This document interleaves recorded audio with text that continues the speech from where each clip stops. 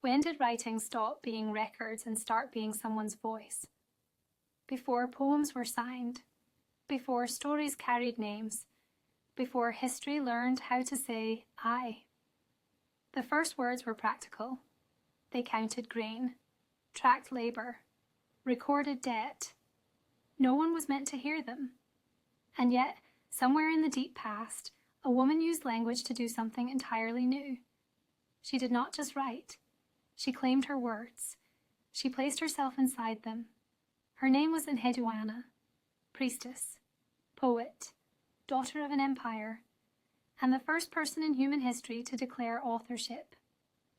This is not just her story. It's the moment writing found a soul.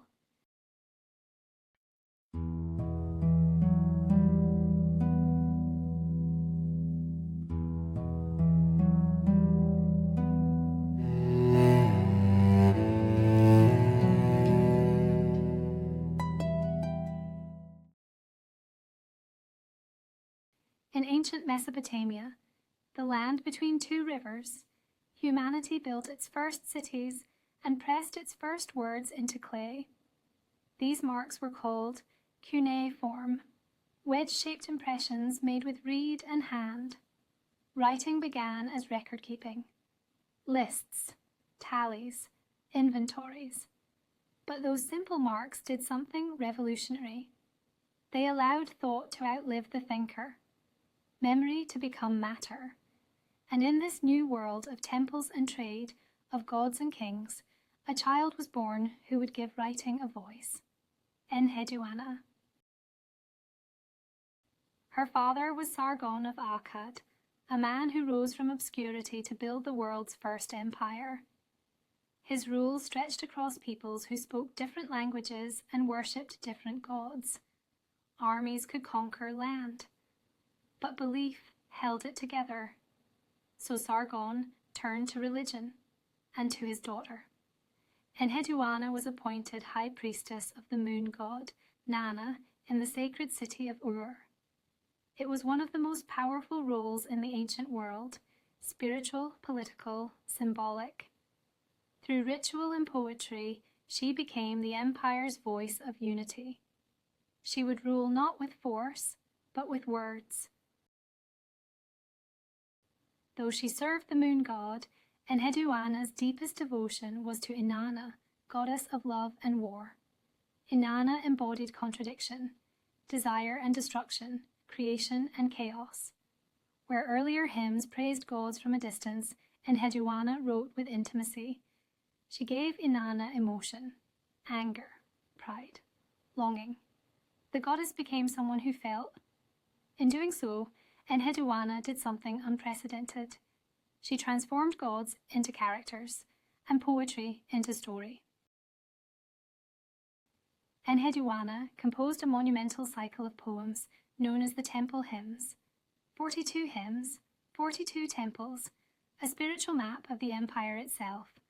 Together, they unified cities and gods under a shared cosmic order. And then, quietly, deliberately, she signed her work. She wrote, I, Enheduanna, have created something that no one has created before. With that sentence, writing changed forever. Words were no longer anonymous. They had an owner, an author. Power did not protect her. Political turmoil shook the city of Ur. Enheduanna was stripped of her office and cast into exile. Everything was taken, her title, her authority, her place in the world. Everything except her voice. In exile, she wrote The Exaltation of Inanna. And for the first time in recorded history, a writer spoke from personal pain. My beautiful mouth is dust. My life is turning to the winds. This was not ritual, not propaganda. This was a human being speaking in her own name. Enheduanna was eventually restored to her position as High Priestess of Ur, but she did not return as the same woman who had been exiled.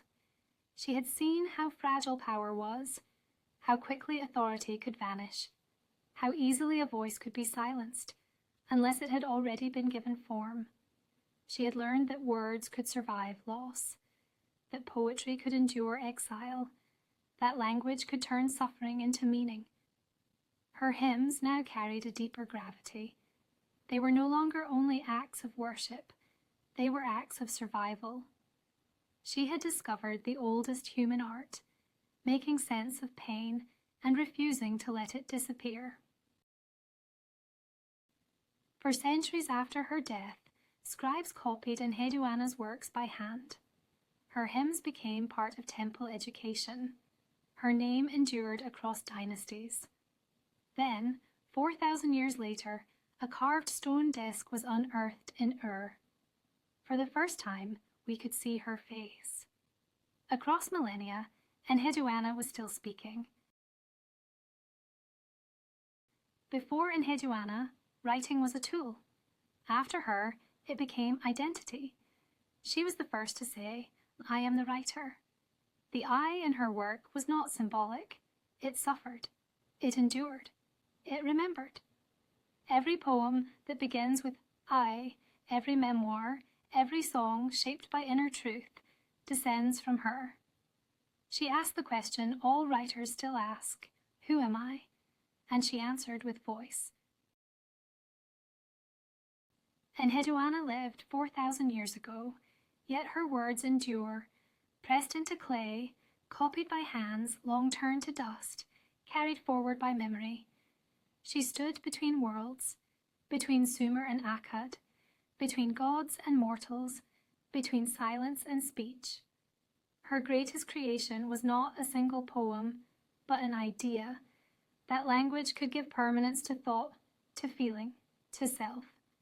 And she was right, because every story we tell, every name we sign, is an echo of hers. Some stories fade, others wait to be heard.